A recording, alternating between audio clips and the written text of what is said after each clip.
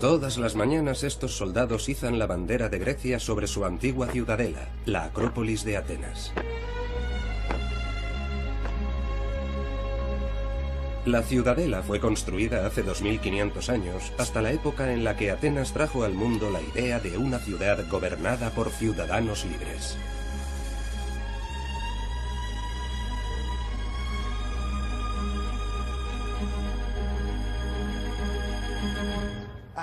Atenas es una de las ciudades más bonitas del mundo. Y en muchos sentidos fue Atenas quien nos dio nuestro ideal de ciudad, nuestro ideal de ciudadanía. Nosotros vivimos en un mundo moderno, lleno de grandes ciudades. La Atenas moderna es mucho más grande de lo que fue la Atenas de la antigüedad. Aún así, la Atenas de la antigüedad fue un logro extraordinario. No era un lugar en el que sus habitantes vivieran en torno al palacio de un rey, sino la sede de un gobierno abierto. Todos los aspectos de la vida diaria, desde la defensa hasta la recogida de basura, estaban gobernados por sus ciudadanos. Básicamente, ese sistema definía una forma de vida.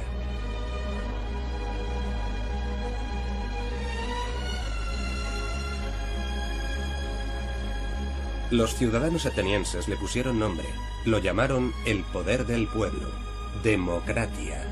Democracia. Esta es la historia de cómo los griegos transformaron la idea de la ciudad en un modelo que aún sigue vivo.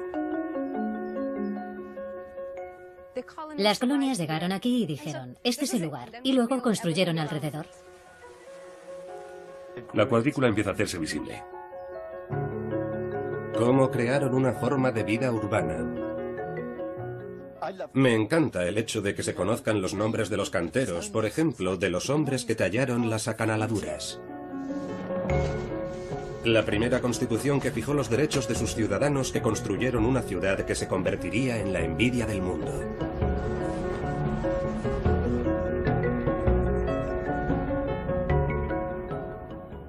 Los atenienses lucharon por un ideal, y es ese ideal que nosotros defendemos hoy.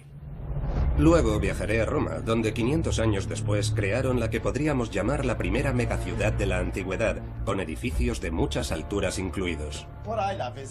Lo que más me gusta es que esto no es solo un trozo de arqueología, es un trozo de historia viva. Hay un pasaje famoso de una guía de viajes escrita en el siglo II después de Cristo por un griego llamado Pausanias, y es una guía de toda Grecia. Y cuando llega a un pequeño lugar de Beocia llamado Panopis, dice, la ciudad, la polis de Panopeo. Entonces hace una pausa y dice, si es que realmente se puede llamar polis a este lugar. Y lo que le molesta de Panopis es, y cito literalmente, no tiene edificios públicos ni gimnasio, ni teatro, ni ágora, ni agua que baje a una fuente. Espacio público, edificios públicos, teatros y con el tiempo incluso bibliotecas públicas como esta. Esos son los elementos que los atenienses comprendieron que transformaban un lugar muy poblado en una verdadera ciudad. Así lo hicieron en Atenas, creando un punto de referencia para todas las ciudades de la antigüedad del Mediterráneo y para las ciudades actuales. Estas altas expectativas fueron el producto de un sistema de gobierno que Atenas dio al mundo. Un gobierno del pueblo, por el pueblo, para el pueblo. Y así fue como sucedió. Mucha gente piensa que la Carta Magna de Inglaterra de 1215 es la primera constitución. Pero el documento que voy a mostrarles data del siglo VI a.C., de casi 2000 años antes. La Athenion Politeia fue escrita por el gran pensador griego Aristóteles, y a diferencia de la Carta Magna, este documento nunca había sido filmado antes. Adelante. ¿Es aquí? Vaya, ¿no es fantástico? Lo he visto en fotos muchas veces, pero es la primera vez que veo esto en persona. Es un papiro que, bueno, tiene 2000 años, y es la única copia que ha sobrevivido de la Constitución de Atenas de Aristóteles. Fue descubierta en 1890. Llegó al Museo Británico y un jovencísimo Frederick Kenyon, tenía 27 años, se puso a descifrarlo. Este griego es increíblemente difícil de leer. Esto solo es un fragmento, la mitad del papiro. El papiro completo llegaría hasta aquí. En total mide 2 metros. Y había 4 rollos como este. Este fragmento es el inicio, donde Aristóteles escribe el primer capítulo, que trata sobre la reforma de Solón. Aquí, por ejemplo, aparece Solón. Solón. Los atenienses consideraban a Solón como el fundador de su democracia. Ellos lo eligieron como su legislador y le invitaron a escribir un nuevo código legal para rescatar a Atenas de los encarnizados conflictos internos entre ricos y pobres.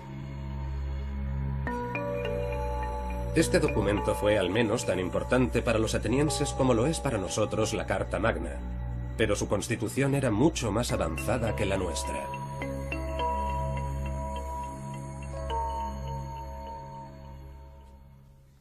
Solón no fue solo un legislador, también fue un poeta defendiendo sus reformas. Y aquí él dice: yo liberé la tierra negra, la gran madre de los dioses, así la llama, es una expresión extraordinaria. Los dioses más importantes solían esclavizar. Él dio la libertad a la gente que trabajaba la tierra. Yo liberé la tierra de Ática, Ática, la tierra de Atenas. Es el texto en papiro más largo que conservamos de la literatura griega. Y fue esto lo que cambió nuestra comprensión del nacimiento de la democracia griega. La libertad democrática y el nuevo mundo de la ciudad griega iban de la mano. Para entender la radicalidad de este punto de partida es necesario conocer lo que había pasado antes. Durante los siglos previos a la Atenas de Solón, existieron grandes asentamientos urbanos en la Grecia antigua, igual que en China y en el antiguo Egipto, pero ninguno de ellos fueron ciudades tal y como nosotros las entendemos. La más famosa de ellas se consideró durante mucho tiempo que solo era un mito. Esto es Micenas, a 120 kilómetros de Atenas, la tierra de Agamenón, de Helena de Troya y de la guerra de Troya. Los griegos del periodo clásico eran educados con las epopeyas de Homero y sus historias de reyes con riquezas y poderes fabulosos. Siempre se dio por supuesto que esos poemas homéricos eran simples leyendas, fantasías sobre una edad heroica. Eso era lo que se pensaba, hasta que la arqueología demostró que había una base histórica en la civilización micénica.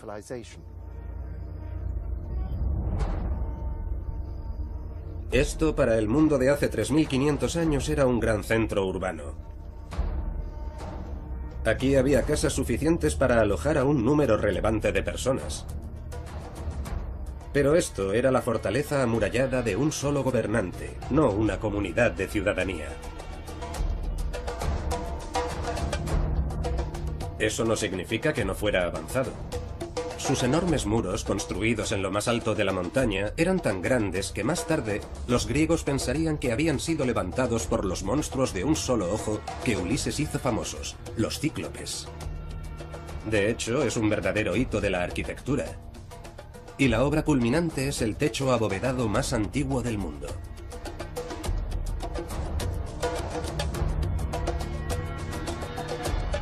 Sin embargo, le faltaban algunos de los ingredientes clave que más tarde se asociaron con ciudades como Atenas. No existían las instalaciones públicas, ni un espacio público ni edificios públicos. Fundamentalmente este era un gran asentamiento con calles y casas apiñadas en torno al gran salón o megaron del rey.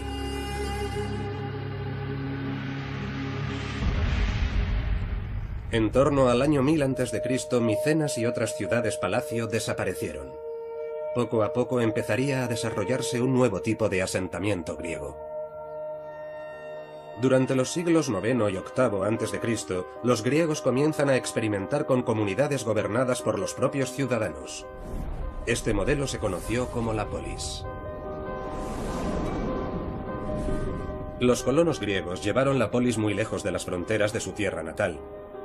Como empezaban desde cero cuando construían sus colonias, podían permitirse ser aún más audaces incluso en su forma de pensar. Se convirtió en un experimento espectacular en la construcción de ciudades.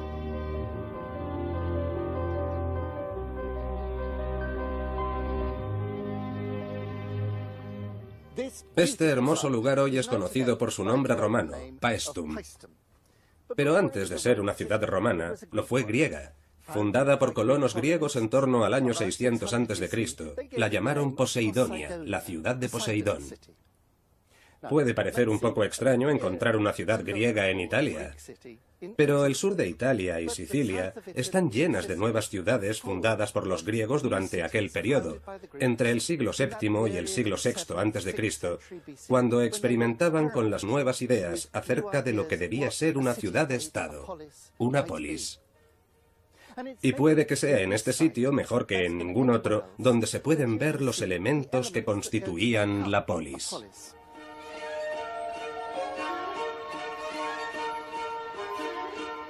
Para conocer qué es lo que era tan revolucionario en la forma en la que este lugar fue planificado, me acompaña mi colega de Cambridge, Tiziana D'Angelo.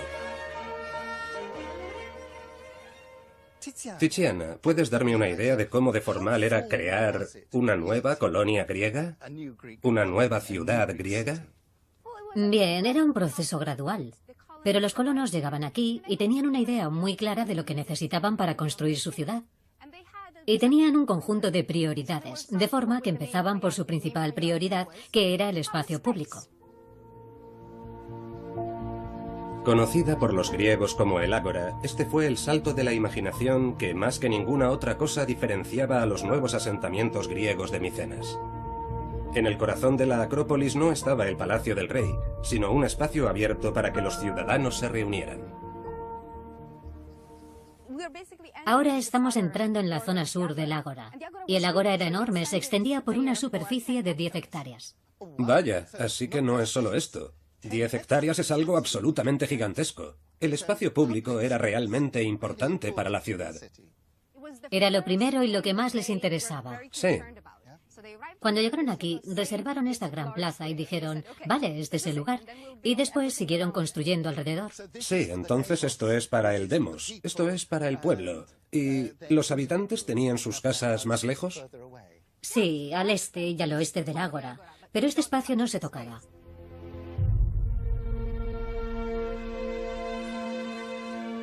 En total, el espacio público aquí, incluidos los santuarios, equivalía a casi 8 campos de fútbol. Es decir, un cuarto de la superficie total de la ciudad.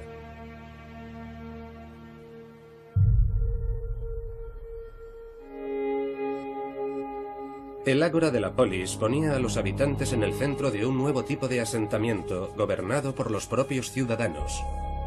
La ciudad, como empezamos a conocerla.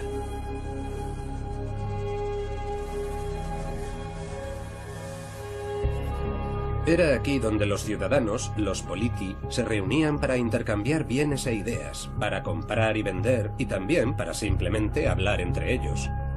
Ágora procede de la palabra griega agoriouo, que significa hablar. La idea de un espacio público como un lugar para conversar puede parecer inofensiva, pero de la conversación surge la discusión política, y de la discusión política nace la política. El ágora y la idea de la política que apareció con ella se hizo tan popular en el continente helénico como lo había sido en colonias como las de Poseidonia o Paestum. En el 900 a.C. no había ni una sola polis en Grecia. En el año 600 a.C. había centenares. En la época en la que se fundó Paestum, Atenas solo era una polis más de Grecia central, pero se desarrollaba muy deprisa. Pero sobre todo su ágora empezó a evolucionar no solo en tamaño, sino también en su papel. Poco después del año 600 a.C., la política en el ágora vivió una revolución. El agente del cambio fue la reforma del gobierno de Solón, descrita por Aristóteles. Su mayor revolución, su seisacteia, lo cambiará todo. Aquí Solón habla de cómo liberó al pueblo de Ática. Él los libera de la vergonzosa esclavitud, dulien aeikea, y los convierte en ciudadanos libres. Las leyes dicen que nadie que haya nacido en Ática puede ser convertido en esclavo. Se acabó la esclavitud por deudas. Y la Constitución les otorga derechos políticos. Al pueblo yo otorgo el privilegio. Y sin eso, la democracia no existe. En el año 594 a.C., Solón legisló el instrumento para crear la libertad y la democracia. Solón les dio una eclesia, una asamblea, en la que tenían que votar y donde tenían libertad para hablar. Esa libertad de expresión es fundamental para la democracia. Las reformas de Solón no eran perfectas. Excluían a las mujeres y a los esclavos extranjeros de la ciudadanía. Pero los griegos introdujeron la idea del gobierno del pueblo, que llegó a su apogeo en el siglo V en Atenas, cuando los ciudadanos varones votaban prácticamente todas las decisiones. Las decisiones se discutían a la vista de la Acrópolis, en el corazón de la democracia ateniense, en la colina de Pnix. Uno de los que mejor conocen cómo funcionaba este lugar es mi viejo amigo John Papadopoulos, que lo ha estudiado durante 30 años. Tenemos una vista magnífica de la Acrópolis desde aquí, ¿verdad? Y supongo que ahí abajo estaba el Ágora, el lugar donde la democracia se ejercía, y aún así, este es un sitio más importante para la democracia, ¿verdad? Este es un lugar icónico. Aquí es donde se reunía la asamblea de ciudadanos varones que constituía la democracia ateniense. Aquí es donde se reunían y donde se tomaban todas las decisiones. Y eso que hay ahí era la plataforma de los oradores. Y es muy importante. Ahí es donde se colocaban los oradores. Y para conseguir que tu voz se oyera, tenías que gritar ante un aforo de un mínimo de 6.000 ciudadanos. 6.000 es un número enorme. Todo este espacio se llenaba, ¿verdad? Y enviaban a gente al ágora con cuerdas para, literalmente, arrastrarlos con ellas. Las cuerdas estaban teñidas de rojo para multar a aquellos a los que habían tenido que obligar a acudir a la reunión. Así que este lugar estaba completamente lleno. Por definición tenía que haber un montón de gente pobre. No podías ignorar la voluntad de la gente más pobre de la sociedad. Y esa fue, por supuesto, una razón de peso por la que la democracia se expandió. Con el tiempo no se expandiría solo en Atenas, sino por todo el mundo. ¿Cree que los números de Barnett y Camden son los adecuados? Usted tiene más policías en las calles. Es una pregunta muy clara. La respuesta es sí, sí. Responda a la pregunta. Es una pregunta inteligente, bobo. Sí. ¡Orden! Ya empezamos otra vez. La respuesta. Hoy la democracia sigue muy viva en las ciudades modernas y uno de los lugares que está orgulloso de haber heredado esa toga es Londres. Los costes. ¿Sí o no? ¿Dijo que sería gratis? Le ruego que suba al teleférico y que se quede allí. Ya he subido al teleférico, señor alcalde. Es un sistema en el que los políticos tienen que estar a las duras y a las maduras. El gran campeón de la antigua Atenas en esta capital, Boris Johnson, no es una excepción. Pero los atenienses, en comparación, habrían considerado aburrida esta versión de la democracia. Los ciudadanos delegaban poco en sus políticos y tenían derecho a hacer algo más que simplemente votarlos para el cargo.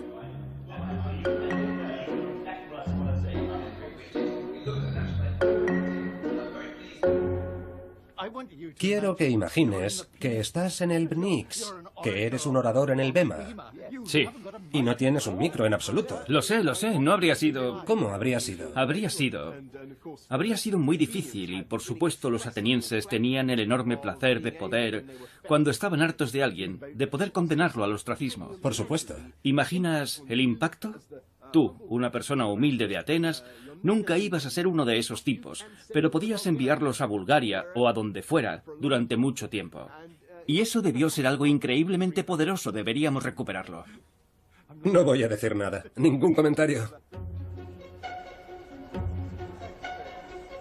Pero nada de todo esto era una broma para los antiguos atenienses. No solo tenían derecho a expulsar a aquellos que amenazaban su democracia.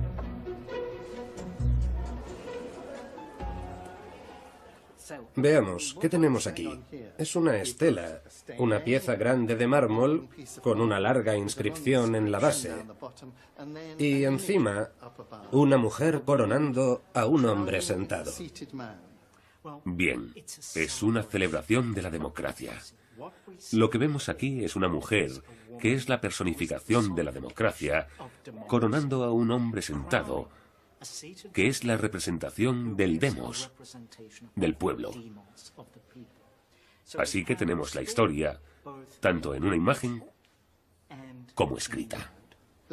Esta larga inscripción dice que si alguien intentara derribar la democracia, cualquiera podría asesinarlo, que podría asesinarlo impunemente y que no sería perseguido por ello. Atenas protegía su condición democrática con orgullo. Incluso en la Atenas actual aún puedes encontrar pistas de cómo un gobierno visionario, creado por los antiguos atenienses, tomó la iniciativa frente a sus rivales. Calimera. ¿Cómo está? Buenos días, ¿qué tal? Buenos días, buenos días. Buenos días. ¿Tiene monedas antiguas? ¿Arcaica nomis? Sí tenemos, sí. Oh, fantástico. Genial. ¿Cuánto cuesta? 2 euros. ¿2 euros? Sí. Me ha hecho un hombre feliz. Tengo que decir que estoy muy satisfecho por tener mi propio mochuelo ateniense. 2 euros es un precio pequeño por esta belleza. Por supuesto no es un original del mochuelo ateniense, solo es una copia moderna, pero simbólicamente en esto residía toda la riqueza de Atenas. Los atenienses hicieron estas monedas, que siempre acuñaban con el mochuelo de Atenea, la diosa de la sabiduría, con la plata de las minas de Laurion. Y el golpe de suerte tuvo lugar un año en particular, el 493 a.C., cuando el Estado obtuvo un beneficio de 100 talentos. ¿Qué hacemos con esto?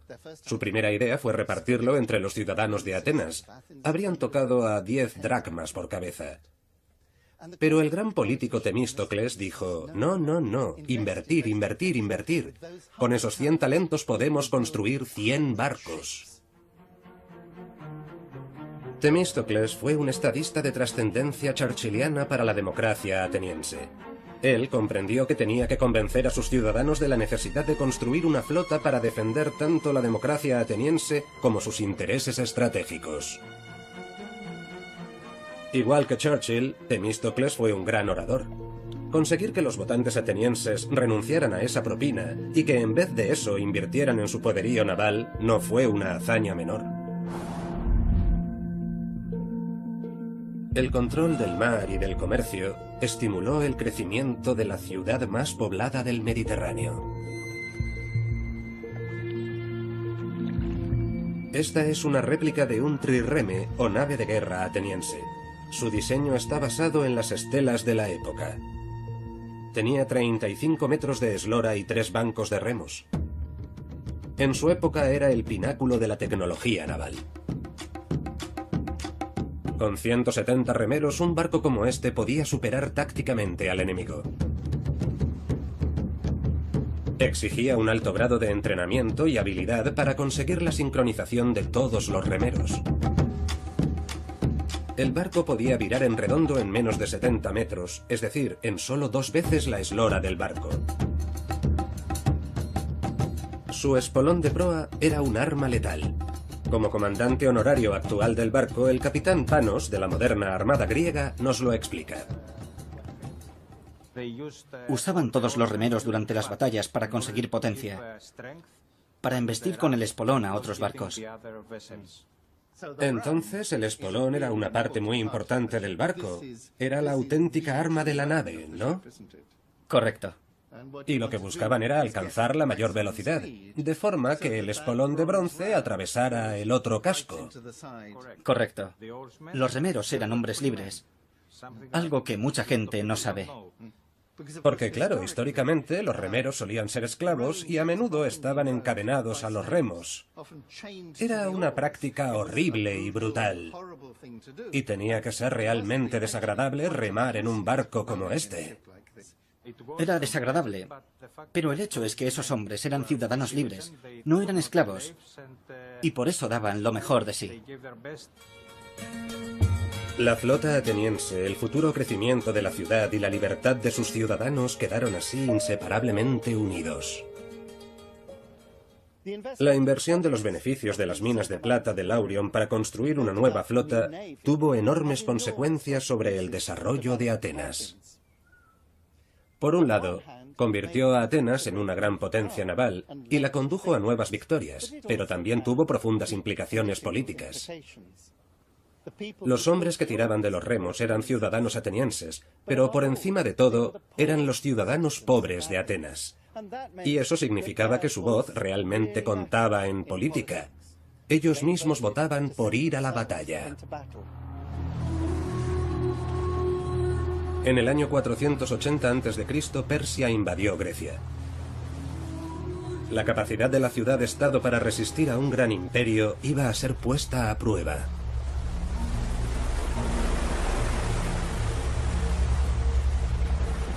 Su líder ateniense decidió asumir un gran riesgo. El oráculo le había dicho a los atenienses que confiaran en sus muros de madera. Temístocles interpretó que el oráculo hablaba de la marina ateniense. En lugar de defender la ciudad con soldados, decidió abandonar Atenas y concentrar sus tropas en los barcos anclados en Salamina. Según el historiador griego Heródoto, las tropas persas cuadriplicaban en número a las griegas. Pero cuando cayó la noche, Temístocles, un maestro de la táctica, envió mensajes a los persas dando a entender que estaba dispuesto a cambiar de bando. Los persas, para defender sus posiciones mientras las negociaciones proseguían, se vieron obligados a remar toda la noche. Al amanecer, cuando los persas estaban agotados, Temístocles atacó, aniquilando al enemigo. Aunque Atenas había sido reducida a escombros y la vieja Acrópolis estaba destruida, el pueblo ateniense y su revolucionario sistema de gobierno había triunfado en la guerra. Ahora se encontraban en situación de ganar la paz y transformar su ciudad para que dejara de ser una poli más de Grecia y se convirtiera en la ciudad más resplandeciente del mundo antiguo. Para comprender la importancia de Salamina como punto de inflexión, es necesario ver el paisaje desde la cima de la colina de las Musas. Bien, estamos viendo el corazón del poderío naval ateniense, ¿no es así? Este es el lugar más mágico de la historia y de la topografía atenienses.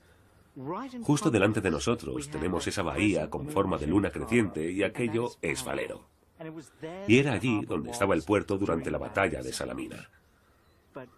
Pero como el puerto de Falero estaba demasiado abierto y demasiado expuesto, en el año 480 a.C., o poco después, bajo el inspirado liderazgo de Temístocles, para proteger el puerto, decidieron trasladar el puerto principal desde Falero a 3 bahías diferentes del Pireo.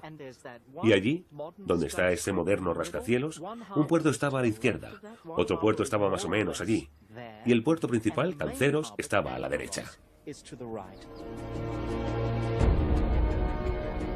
Los muros de madera de Atenas, su legendaria defensa, se vieron reforzados por los famosos muros largos, enormes fortificaciones de piedra de 20 metros de altura y 6 kilómetros de longitud.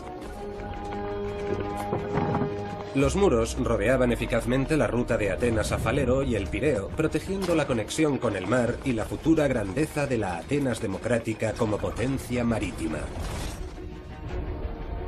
Atenas se transformó en una ciudad de dimensiones sin precedentes, dotada con un sistema de puertos que la convertían en el centro comercial del mar Egeo.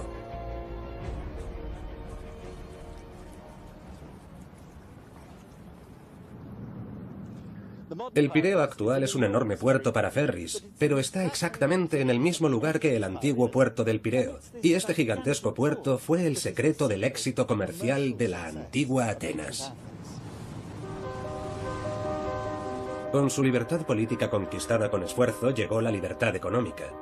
El poderío naval ateniense significaba que sus barcos eran libres para comerciar con quienes quisieran, trayendo vastas riquezas y bienes de todo el Mediterráneo y de más allá.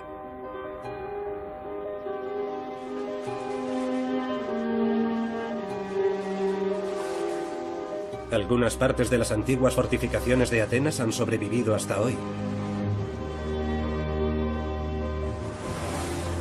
Y lo que es aún más extraordinario, un equipo de arqueólogos de la Agencia Griega para la Arqueología Submarina y del Instituto Danés en Atenas ha descubierto un elemento clave de la supremacía marítima de la ciudad durante el siglo V a.C. Los cimientos del arsenal naval del puerto de Cea. Lo que tenemos aquí es una reconstrucción artística del puerto de Cea. Y este es exactamente el punto en el que nos encontramos ahora. Y esta es una de las dos torres fortificadas que podrían bloquear la entrada a la ensenada.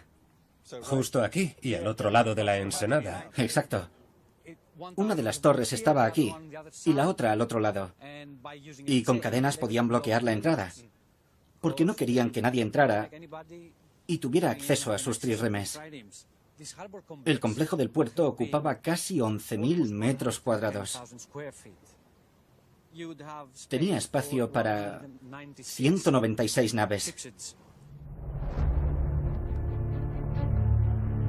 Temístocles no solo invirtió en una gran armada, también convenció a los ciudadanos para que empezaran un proyecto de infraestructuras públicas que no tenía parangón en el mundo antiguo.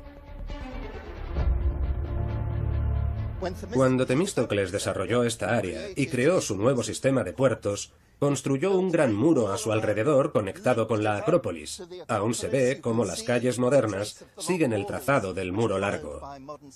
Pero Temístocles también creó un barrio residencial. Para ello, llamó a un famoso arquitecto, un tal Hipodamo de Mileto, para que diseñara ese nuevo barrio residencial para él. Hipodamo era famoso por sus ideas radicales acerca de cómo la gente debía vivir en las nuevas ciudades. En ocasiones se le ha considerado el padre de la moderna planificación urbanística. A Hipodamo le desagradaba la confusión de los viejos asentamientos de la antigüedad y quería imponer un orden nuevo en la planificación de Grecia. La suya era una visión utópica y democrática también. En la Atenas actual resulta difícil imaginar qué aspecto tenía la ciudad de Hipodamo. Sin embargo, existe un lugar en el que es posible hacerse una idea precisa. En el norte de Grecia, a 200 kilómetros de la frontera con Bulgaria, se encuentran los restos de la antigua ciudad de Olinto. Es el mejor ejemplo que ha sobrevivido de la estructura de una ciudad griega del período clásico. En el lado sur hay un asentamiento más temprano del siglo VI a.C., con grupos de casas desperdigadas aquí y allá. Después, en el año 430 a.C., se observa la escala de la revolución que tuvo lugar.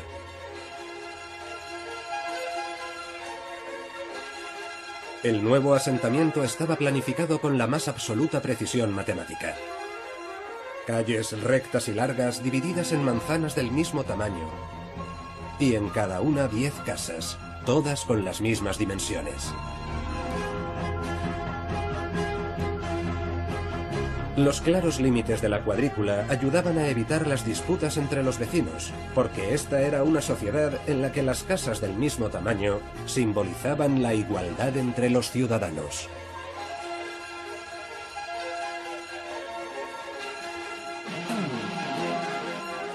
El desarrollo del Pireo, obra de Temístocles tras la batalla de Salamina, había creado no solo un mecanismo para impulsar la economía, sino también para impulsar la joven democracia. La cuadrícula del Pireo se comunicaba con la vieja ciudad y Atenas entró en una nueva fase, la Edad de Oro de la ciudad.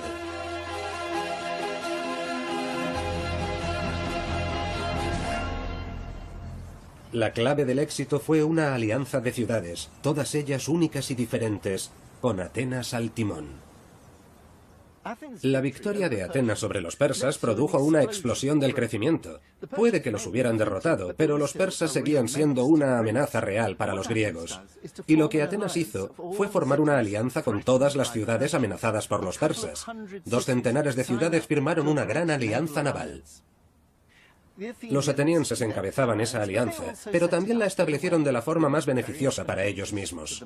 Los atenienses dijeron a sus aliados: bien, o traéis barcos para nuestra flota, o nos traéis dinero. Y poco a poco, a medida que llegaba el dinero, la flota fue haciéndose más grande y más fuerte, de forma que el resto de los aliados no podían hacer otra cosa que seguir pagando un tributo a Atenas. En el año 460 a.C., los persas habían sido expulsados del Egeo y no quedaba ni una sola ciudad griega amenazada por los persas. Y desde ese momento, para los atenienses fue menos importante que su flota creciera y encontraron otras formas de gastar su dinero. La ciudad de Atenas floreció gracias a su victoria naval y a su poderío marítimo. Casi inmediatamente comenzaron a edificar, y la Acrópolis se construyó con los beneficios procedentes de su gran alianza naval.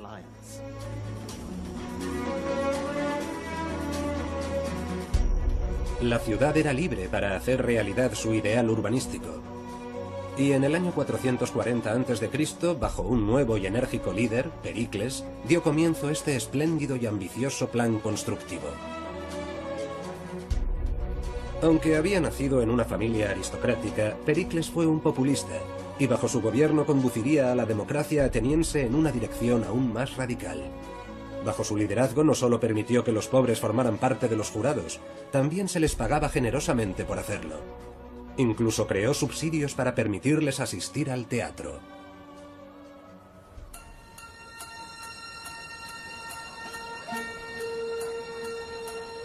Los monumentos de la Acrópolis fueron diseñados para que los ciudadanos corrientes de Atenas se sintieran orgullosos de los éxitos de su democracia.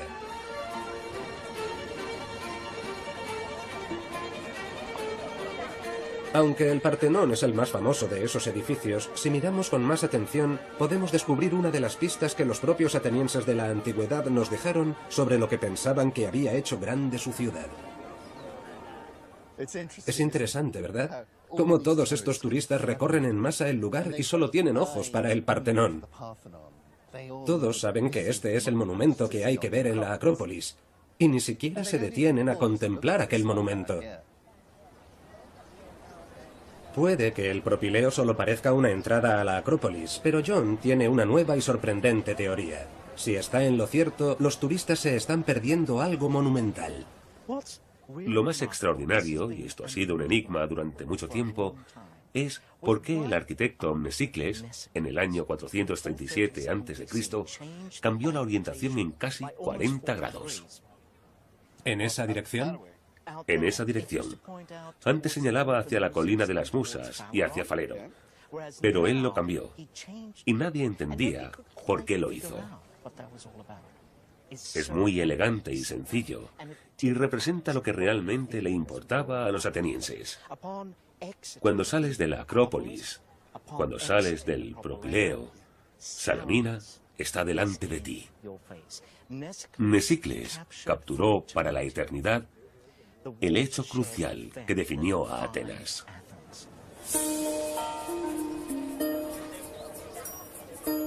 En la Acrópolis, por todas partes, hay señales de la historia humana que hay detrás de estos monumentos. Todas revelan el espíritu abierto que convertiría a Atenas en el centro del mundo mediterráneo. Por supuesto, están los grandes nombres implicados en la construcción de estos templos maravillosos. Gente como Fidias o Mnesicles. Ellos eran, probablemente, ciudadanos atenienses. Pero, ¿y los trabajadores que hicieron el trabajo más menudo? Bien, de hecho, eso es muy interesante.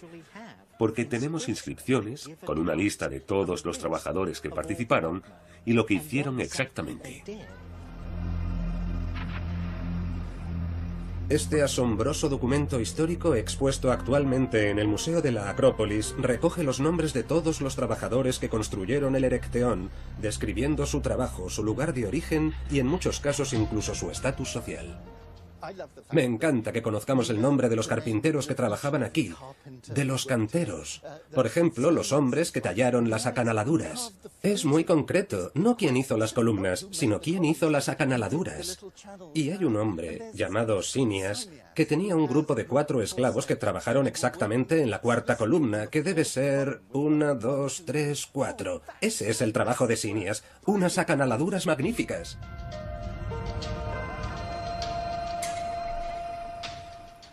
Mira el Erecteón, uno de los grandes edificios de la antigua Atenas. De sus 86 trabajadores y escultores que hemos identificado, 40 eran metecos, extranjeros residentes. Creo que 26 eran esclavos y el resto eran libres. En otras palabras, la aplastante mayoría eran o bien esclavos, la categoría más numerosa, o bien eran extranjeros. Lo construyeron los polacos, por así decirlo. Fue construido por trabajadores inmigrantes llegados de lo que sería entonces el equivalente de Albania o de donde quiera que fueran. Lo que el Erecteón documenta es la disposición a dar la bienvenida a la energía y el talento siempre que pudiera convertirse en un beneficio para toda la ciudad. Era una apertura que iba de la mano con la democracia.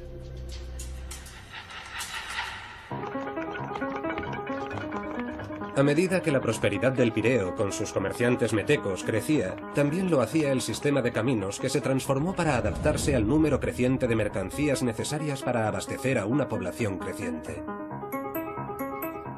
No es una casualidad que el ferrocarril moderno que une la antigua Ágora con el Pireo siga hoy la carretera que unía Atenas con el puerto en los tiempos antiguos. La tecnología ha cambiado, pero el anteproyecto de la infraestructura diseñado por los atenienses del siglo V a.C. sigue siendo el mismo. La nueva red de transporte significaba que entonces, como hoy, los atenienses podían elegir entre muchos productos internacionales en el Ágora. Una ciudad abierta significa comercio global, algo de lo que el mismo Pericles se vanagloriaba en el siglo V a.C. Y gracias a la importancia de nuestra ciudad, todo tipo de productos de toda la tierra son importados, con lo que el disfrute con que gozamos de nuestros propios productos no nos resulta más familiar que el obtenido con los de otros pueblos. Pero nosotros sabemos, gracias a la descripción de los contemporáneos, lo rica que era el Ágora y el amplio surtido de productos que podías comprar allí. Hay un pasaje formidable de un poeta satírico que voy a leer. Dice así: puedes comprar prácticamente cualquier cosa en Atenas. Llegan de todo el mundo. Siracusa nos da queso y cerdos bien cebados. Las velas llegan de Egipto, y también este papel, incienso de Siria. En Paflagonia crecen los almendros. El elefante envía sus colmillos desde las arenas de África. Venecia nos envía sus dátiles sobre las olas. Y Cartago, ricas alfombras y almohadones bien rellenos. Con tanto comercio entrando y saliendo de la ciudad, el gobierno ateniense impuso un estricto sistema de pesos y medidas para asegurar que nadie fuera engañado al comprar productos en la ciudad. En una democracia el imperio de la ley importaba y se nombraban funcionarios para asegurar que todos los aspectos de la vida diaria fueran organizados con libertad, justicia y limpieza. ¿Entonces este canal, John, es una obra de la época? Desde luego. De hecho, este es uno de los elementos más importantes del Ágora. Este es el Gran Canal. Para que el Ágora sea un Ágora, tienes que tener un sistema de aprovisionamiento de agua. Las fuentes suministraban agua potable a Atenas. El gran alcantarillado sacaba el exceso de agua, evitando las inundaciones y eliminando los residuos. Para los atenienses era muy importante mantener limpia su ciudad. Y no solo tenían estos canales, también tenían un cuerpo de funcionarios responsable de su mantenimiento. Sí, por supuesto. Los llamados astinomoi. Eran las personas responsables de mantener la ciudad limpia. Asti, la primera parte de la palabra, significa ciudad. Nomoi significa reglas, leyes, etc. Así que esas personas eran quienes mantenían los canales limpios y limpiaban la ciudad. Y también eran responsables de los copriforoi. Copriforoi significa literalmente acarreadores de mierda, ¿sí? Exacto. Y existían reglas y regulaciones muy claras acerca de dónde y a qué distancia de las murallas de la ciudad tenías que sacar los residuos humanos. Todo eso formaba parte de la gestión de esta gran ciudad. Es maravilloso. La ciudad de higiene. La ciudad de higiene.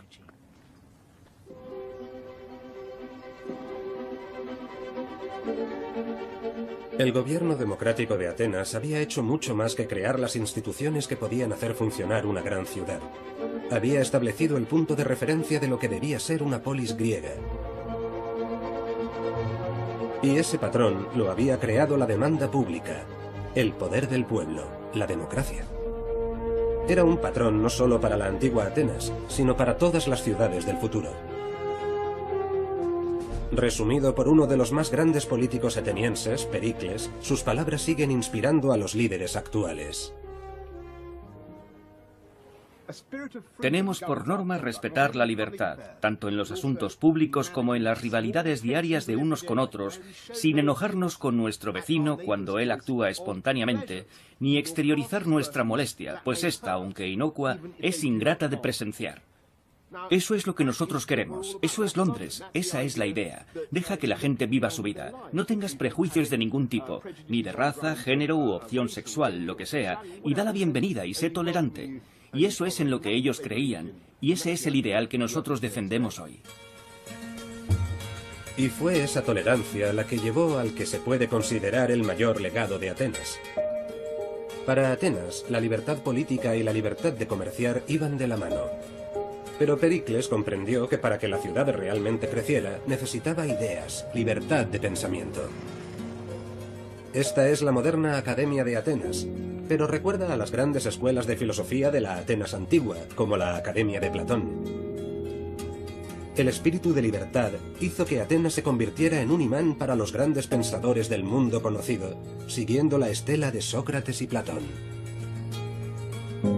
Y de hecho fue Aristóteles, el mejor discípulo de Platón, quien registró la Constitución de Atenas, su Politeia, el documento que nos proporciona una visión única del funcionamiento de la antigua Atenas. Fue el Código Legal de Solón el que estableció el vínculo entre la libertad y la ciudad y estableció por primera vez los derechos de los ciudadanos. Y muy pronto se confirmaría lo especial que era Atenas porque su éxito no tardó en despertar muchas rivalidades. Cuando la amenaza persa disminuyó, tuvo lugar una larga serie de guerras con otro estado griego, Esparta. Estas piezas maravillosas son copias de las esculturas de la Acrópolis de Atenas. Atenas estaba llena de esculturas, de imágenes, de obras de arte, de monumentos. Eso era Atenas.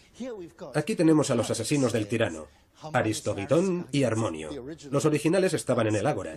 Eran un símbolo de la democracia. Ellos fueron quienes expulsaron a los tiranos. En cambio, Esparta es casi una zona libre de imágenes. Una de las raras excepciones es este hombre, que supuestamente es el rey espartano Leónidas, el rey que dirigió a los 300 y que encontró la muerte en el paso de las Termópilas.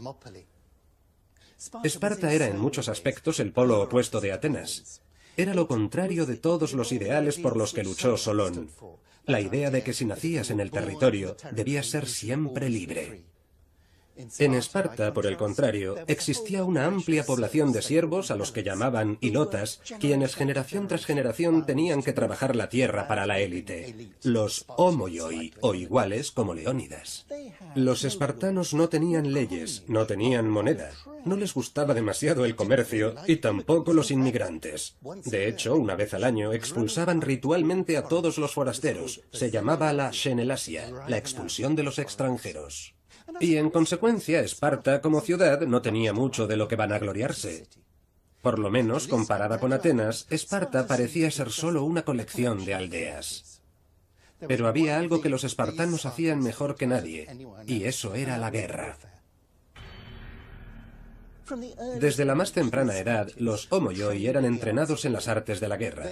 Ellos sabían mejor que nadie en Grecia cómo defender su tierra y cómo arrasar las tierras de otros pueblos. Y cuando lo hacían, nadie podía detenerlos. Si los espartanos la invadieran, Atenas podría sobrevivir sin las tierras de cultivo del Ática, ya que la ciudad-estado importaba la mayor parte de los alimentos que consumía a través del puerto del Pireo. Pericles sabía que en tiempos de crisis, los atenienses podían retirarse tras los muros largos de la ciudad grande. Pero esta, en apariencia, buena estrategia defensiva tenía un fallo fundamental.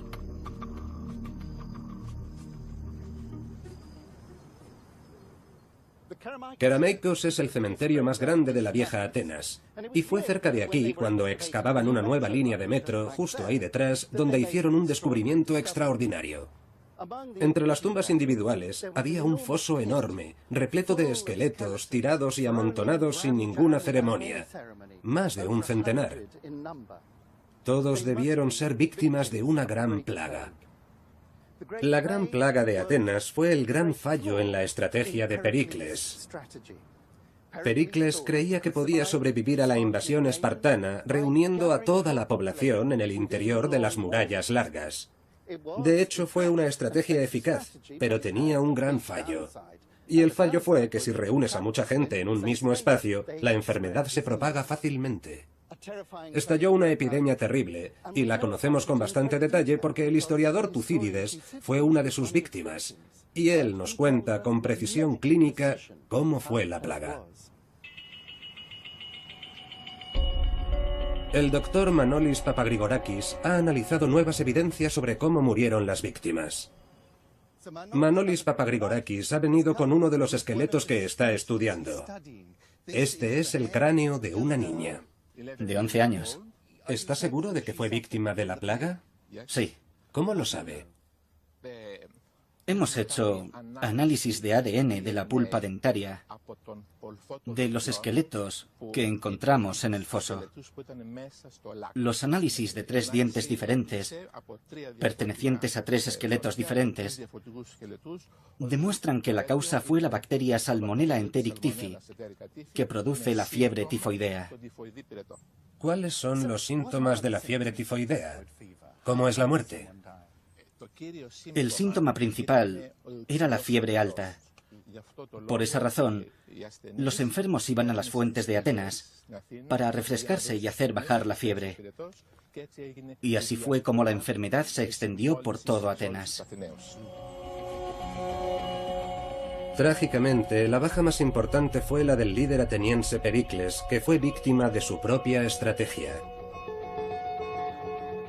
Fue su confianza en las fortificaciones navales de Atenas y en su sistema de suministro de agua, el orgullo de sus infraestructuras civiles, la que asestó un golpe terrible a la ciudad. Pero la idea que Pericles y la ciudad habían defendido sigue viva. Creo que la idea de libertad es algo que necesitamos defender. Nosotros en nuestra ciudad tenemos libertad de expresión, libertad de asociación, cosas que ahora se discuten, que no se aceptan en todos los sitios del mundo. Esos no son valores triviales. Están encarnados aquí, en Londres, igual que lo estuvieron en la antigua Atenas, y tenemos que defenderlos. Los valores democráticos, que fueron el distintivo de la ciudad antigua, terminaron desmoronándose. Pero al final no fueron ni los espartanos ni la gran plaga lo que provocaría la caída definitiva de Atenas. A más de 500 kilómetros al norte de Atenas había otro estado griego. Esto es Pela, la cuna de Filipo II de Macedonia y de su hijo Alejandro Magno. Pela era la nueva capital del reino de Macedonia que derrotó a Atenas. La derrota ante Esparta golpeó a Atenas, pero no la derribó. Su imperio revivió brevemente. Fue la derrota ante Filipo de Macedonia en la batalla de Queronea la que puso fin a las posibilidades de Atenas de alcanzar un poder imperial. El imperio de Macedonia permitiría construir ciudades a una escala que empequeñecieron a Atenas. En lugar de calles pequeñas con casas iguales para todos, los macedonios construyeron grandes avenidas y lujosas mansiones decoradas con mosaicos extravagantes.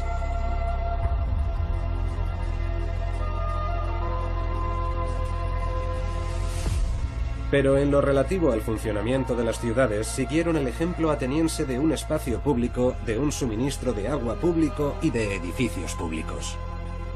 Al otro lado del Mediterráneo, otra ciudad observaba admirada. Aunque los atenienses habían creado un nuevo patrón para la vida urbana, se necesitaría un imperio mucho más grande para crear la primera megaciudad del mundo para los antiguos estándares. Y ese imperio surgiría de una polis que no estaba en Grecia, sino en Italia. Su nombre en griego significa fuerza, Rome, Roma.